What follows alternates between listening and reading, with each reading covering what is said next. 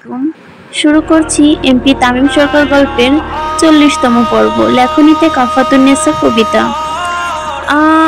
ছাল তুলে ফেলবি নাকি রে বেটি? হঠাৎ তামিমের চিৎকার শুনে সুবার বুক কেঁপে ওঠে। তারপর জোরে নিঃশ্বাস নিয়ে নিচু স্বরে তামিমকে সরি বলে, কিন্তু প্রচন্ড মেজাজ গরম হয় সুবার। তামিম যে এত ঠান্ডা পানি দিয়ে গোসল করে সেটা লাশওয়ারের নিচে বা দাঁড়ালেও টের পেত না সুভা। রীতিমতো শরীরে কাঁপুনি শুরু হয়ে যায় সুভার। সুভা খুব রাগ নিয়ে তামিমের পিঠ ঘষতে থাকে। সুভা যেন হাত কাঁপছে, সেটা তামিম ঠিক টের পাচ্ছে। এক পর্যায়ে তামিম সুভার হাত ধরে তাকে সামনে ঘুরিয়ে নেয়। তারপর শক্ত করে সুভার কোমরে চাপটে ধরে। আমারও তো বেহেশতে যাওয়ার ইচ্ছা আছে, আয় তোর সেবা করি। মানে চল তোর পিঠ ঘষে দিই। না মানে তুই চাস না আমি বেহেশতে যাই? নামাজ কালাম পড়ুন, ইমানদার হন, আমার পিঠ ঘষতে হবে না। আমার মতো খাঁটি মুসলমান আছে কেউ? প্রতি শুক্রবারে নামাজ পড়ি। শুক্র আলী কি কইলি? না কিছু বলি নাই, ছাড়ুন প্লিজ। তোকে তো ধরতেই পারলাম না, ছাড়বো কিভাবে? সুভা নিজের চোখে নিচু করে ফেলে। তামিম একদৃষ্টে তাকিয়ে থাকে সুভার দিকে। পুরো ভিজে একাকার হয়ে গেছে সুভা। তামিম প্রায় 5 থেকে 6 মিনিট তাদের মধ্যে নীরবতা চলে। তামিম সুভার কানের কাছে নিজের মুখ নিয়ে যায়। নির্বাচনে জয়ী হলে গিফট হিসেবে তোকে চাই আমার। তামিম সুভার গলায় কিস করে চুপচাপ চলে যায়। তারপর আবার ফিরে বলে, you have only 8 day. Subha, 8 দিন পর আমাকে আটকানো মুশকিল হয়ে যাবে তোর জন্য। সুভা নিজের চোখ বন্ধ করে ফেলে। তামিমকে আটকানো যে সুভার সহজ হবে না সেটা সুভা জানে। শুধু জানে না, খুব ভালো করেই জানে। তার প্রমাণ নিজের বুকের ওপরে 2টি গুলি। ব্যথা আর ক্ষত মোটামুটি চলে গেলেও দাগগুলো খুবই স্পষ্ট। নির্বাচন হবে আর তামিম জয়ী হবে না এটা অসম্ভব। তাও সুভা একটু আশ্বাস রয়েছে। এমপি নির্বাচনের পরে মন্ত্রী নির্বাচন, আর তামিম যে নিজেই আব্বাকে জেতানোর জন্য আপ্রাণ চেষ্টা করছে সেটা সুভাও জানে। তার মানে এর মাঝে সময় আছে তার কাছে। সুভা ফ্রেশ হয়ে লাল শাড়ি পরে ভেজা চুল মুছতে মুছতে আসে। ভালোভাবে চারপাশ দেখে নেয়, তামিম কোথাও নেই। সুভা সুন্দর মতো বের হয়ে চুল মুছতে থাকে। এক পর্যায়ে সুভা অনুভব করে তার পিঠে ফিতা কেউ একজন বেঁধে দিচ্ছে। তামিমের ঘরে তামিম ছাড়া কেউ থাকবে না, এটা তার জানা। সুভা চুপচাপ দাঁড়িয়ে থাকে। সুভা, তুই কি মদ? তোকে দেখলে আমি মাতাল হয়ে যাই কেন? তামিম ভালোভাবে সুভার দিকে তাকায়। শাড়িটা ঠিক মতো কুচি ওঠেনি। শাড়ি পরতে পারিস না? হালকা। তামিম সুভার কুচিগুলো বের করে সুন্দর করে গুছিয়ে দেয়। লজ্জায় মুখ লাল হয়ে যায় সুভার। এটা কি করছে তামিম? তামিমের শুধু বাহানা লাগে সুভার কাছে আসার জন্য। তোকে বিয়ে করার আগে অনেক কিছুই শিখে রেখেছিলাম, অনেক শখের বউ তুই আমার। সুভা কুচিগুলো তামিমের হাতে নিয়ে ফেলে। আমি করছি বাকিটা, আপনি যান। সুভার মুখে লজ্জায় লাল হয়ে দেখে তামিম বেশ আনন্দ পায়। কিছুদিন পর তো সারা শরীরে আমার চিহ্ন নিয়ে ঘুরবি, প্রিপারেশন নিতে হবে না?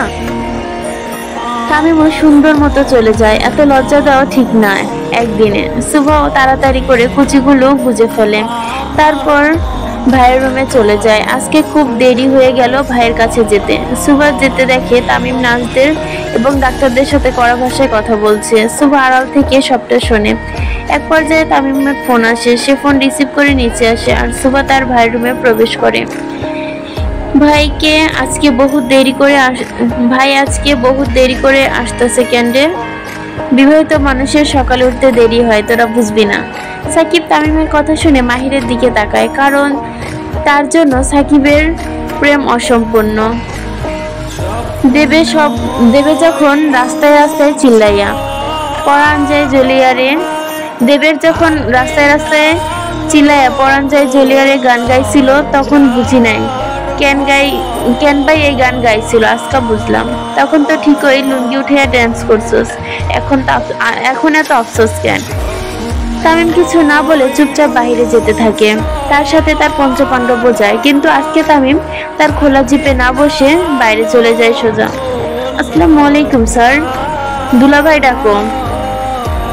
সুভার একমাত্র স্বামী আমি। আসসালামু আলাইকুম দুলাভাই। এই সাকিব, এদের নিয়ে যা ভেতরে আমার বউয়ের কাছে।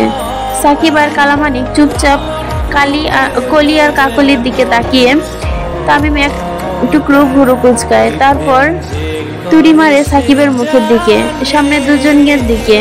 কলি কাকলি, সাকিব এবং মানিক দুজনের দিকে তাকিয়ে দাঁত বের করে একটা ডেঞ্জারাস হাসি দেয়, তারপর সুন্দর মতো যেতে থাকে তাদের সাথে। ভাই, সাথে কালার বাচ্চাও গেল কেন? মনে হইতেছে বাড়িতে খুশি খবর আসতেছে। মাহির তামিমের